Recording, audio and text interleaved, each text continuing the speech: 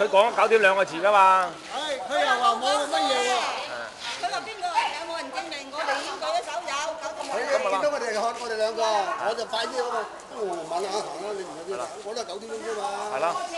佢再嘈下我話大佬，你叫我9點2個字，9點2個字。咁多人聽住9點2個字。係咯。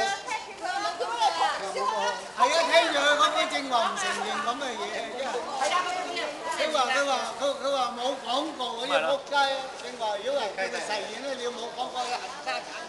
唔係成日焗住佢啊！我話。有人時真係谷鬼嘅。話我同佢兩個咧，我就講先。咁我頭，等我講乜嘢先搞嘅係咪？我哋冇錢玩係谷啊嘛！係啊！呢句話最衰啊！之前我哋冇錢乜特同佢彈呢啲特先得啊！唔係冇錢，我哋唔等俾你追啫。我話我係呢個啱啊！冇啦。冇俾錢嗰啲就乜喐啲就話冇俾錢啊！你利用咗我哋嘅時間，佔咗我哋時間，你賺外快嘅實際係。我咪話啦，我話你要剝削咗我哋時間啦，冇我辦法講啊！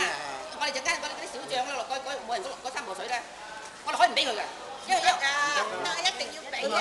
嗰啲我哋佢今日佢如果佢照嗰個行程表咧，就佢唔喺嗰個路盤咧，我哋做嘅嗰度就底下一個。我哋要俾錢嗰度，因為我哋問關鍵咧，我有咩印咗出嚟一定要喺門口都要。喺嗰啲門口都要入，我哋一定。冇嚟。唔係我問關鍵，我有啲300蚊要俾佢啦，唔俾唔得㗎。係。你有咩事投訴另外一件事？係。我哋一於上網，等佢上網。嗰條友叫朱振海啊，我就問佢，朱海健。朱海健。朱海健。朱海健啊。係啊。佢驚佢咩事啊？咁啊問佢扯過近嗰個皮佬啊，我得啦，冇事我話。我上網上網，我哋唔投訴義，我哋唔投訴係義啫，投訴有咩難啫係嘛？我話俾你聽，你上網唔使乜嘢，你上網一家關住落去就乜嘢，冇人家關住佢哋值錢咩？我哋又問關鍵，係啦，又上網，係啊。所以話你我嘢話你兩冇嘢咯，咁咪上去關住坐喺度大聲咯，做咩啊？係啊。喺度得閒係啊。咪話你下啦。係啊，咁樣啫。